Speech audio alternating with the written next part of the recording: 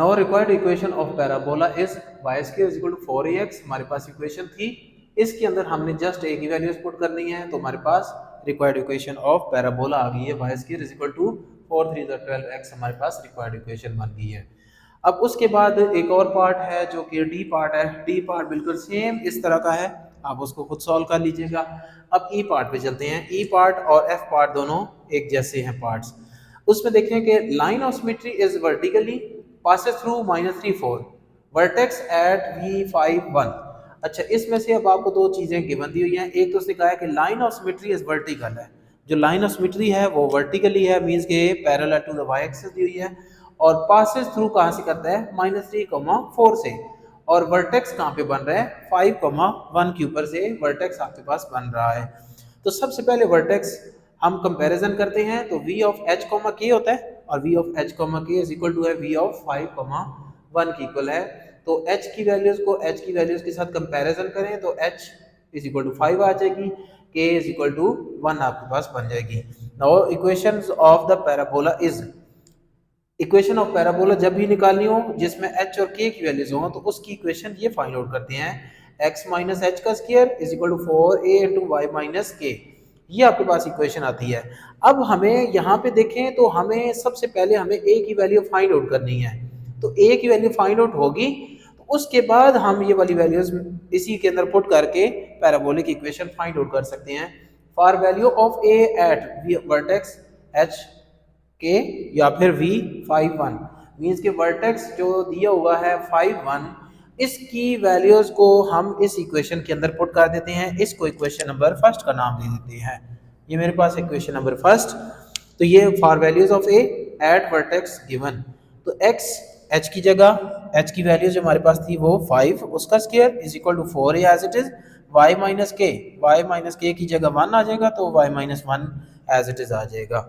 अब a की value find out करनी है तो हमें गिवन पॉइंट्स दिए हुए हैं -3 4 दिए हुए हैं, तो एट -3 4 हमने a की वैल्यूज निकालनी है ना, तो a की वैल्यूज निकालने के लिए 3 और -3 4 इन दोनों पॉइंट्स को यहाँ पे हम मेंशन करते हैं। तो -3 -5 इस इक्वेशन में x की जगह आ जाएगा -3 और y की जगह 4 हम पुट करते हैं, तो ये आ जाएगा -3 -5 whole square which is equal to 4a into 4 -1, y की जगह मेरे पास पॉइंट आ जाएगा 4 और -1 ये वाला एज इट इज। इनको ओपन करते हैं, इसको भी ओपन करते हैं, a की वैल्यूज फाइंड आउट करते हैं, तो -3 -5 बन जाता है हमारे पास 8 -8 का square which is equal to 4a into 4 -1 3 की इक्वल हो जाएगा, तो -8 का square 64 is equal to 4 3 12a हमारे पास ये आ जाएगा। a की वैल्यूज को फाइंड आउट करें तो 12 इधर मल्टीप्लाई है, इधर आके डिवाइड कर दिया, now a is equal to 16 divide by 3, इसको 4 के टेबल पे डिवाइड कर देते हैं, 4 1s are 4 and 4 6 are 24 divided by 4 3s are 12, तो एक की वैल्यूज हमारे पास आ जाती है 16 डिवाइडेड बाय 3, हमारे पास इक्वेशन आ गई है। ठीक है, now required equation of parabola is, यही इक्वेशन जो हमारे पास थी x minus h whole square which is equal to 4a into y minus k, इसके अंदर हम h की वैल्यू a की वैल्यूज हम पुट करते हैं, तो x माइनस एच की वैल्यूज हमारे पास थी 5, वो मैंने पुट की, is equal to 4 into a की जगह हमारे पास वैल्यू आई है 16/3 इंटू वाई माइनस के की जगह k की वैल्यूज 1 पुट कर दी, और ये इस इक्वेशन में पुट करके हमारे पास आंसर आ जाता है।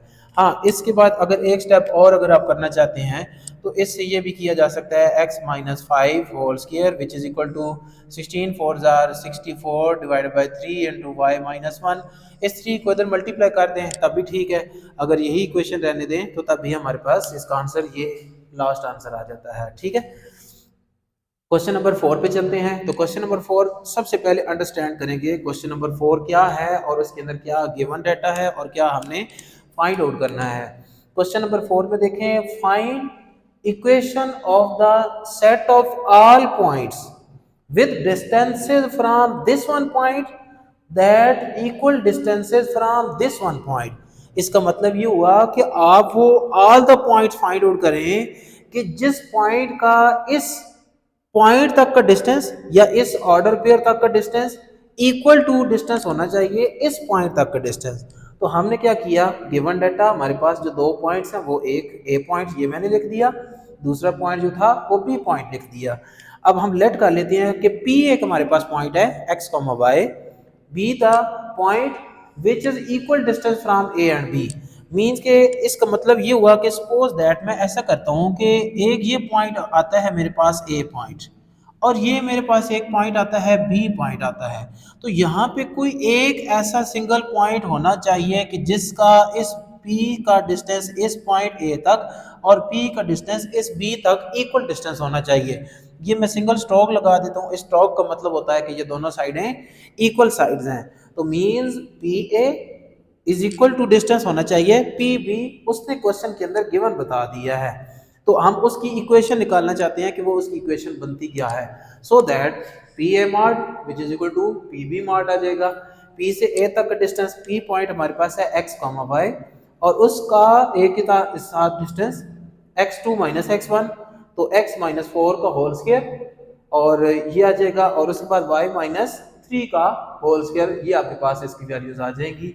और इसमें दोनों वैल्यूज पुट की, whole square is equal to P B, P से बी, पी ये था, बी पॉइंट मेरे पास दूसरा पॉइंट आया और वो है x माइनस, और ये माइनस फार्मूले वाला +2 का होल स्क्वायर हो जाएगा प्लस y माइनस 1 उसका होल स्क्वायर। तो ये आपके पास आ जाता है। इन दोनों के साइडों के ऊपर हम ऐसे करते हैं कि स्क्वायर ले लेते हैं दोनों साइडों पे, दोनों साइडों पे स्क्वायर जब लिया तो square and root are cancel out to each other. Now x plus 4 whole square plus y minus 3 whole square. अच्छा ये 4 था पॉइंट, तो ये पॉइंट मेरे पास पी एक्स माइनस 4 आता है, तो ये पॉइंट इसमें थोड़ा सा चेंज करने वाला है, x माइनस 4 का होल स्क्वायर बनता है। तो x माइनस 4 होल स्क्वायर, तो यहाँ पे भी x माइनस 4 का होल स्क्वायर बनेगा। इसकी वैल्यू ये मुझे थोड़ी सी इरेज करनी पड़ेगी, और इसकी वैल्यू अगेन से मैं लिख देता हूँ यहाँ पे।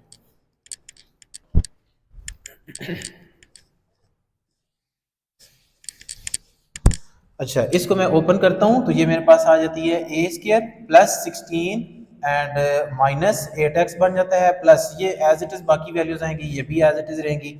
Now x square plus y square ये वाली टर्म माइनस 8x, और ये माइनस 6y, ये y की टर्म है, और 16 प्लस 9 कितना हो जाएगा 25, which is equal to x square plus y square ये वाली टर्म, और प्लस x वाली टर्म देखें तो 4x minus 2y and plus 4 plus 1 plus 5 हो जाएगी वैल्यूज ये आपके पास। एक्स स्क्वायर से cancel out, y square and y square are cancel out to each other, minus 8x और इधर से प्लस 4x इधर आके माइनस 4x, ये माइनस 6y ये वाला, और उधर से माइनस 2y इधर आके प्लस 2y हो जाएगा, प्लस 25 प्लस 5 इधर आके minus 5 which is equal to 0, minus 12x minus 4y, इन दोनों को सॉल्व करें माइनस 4y आ गया, and plus 21 which is equal to 0। Minus इनमें से कॉमन ले लें तो ठीक है, ना भी लें तब भी आपके पास रिक्वायर्ड इक्वेशन आ जाती है। Taking minus common from left hand side, 12x plus 4y minus 21 is equal to 0. This is the required equation of set of all the points which is equal distance from P to A and P to B points. तो ये था हमारा आज का lecture. Hopefully आप सबको समझ आ गया होगा, और फिर भी अगर इससे रिलेटेड क्वेश्चंस हों तो आप बाद में पूछ लीजिएगा। ओके, अपना ख्याल रखिएगा। थैंक यू, अल्लाह हाफिज़।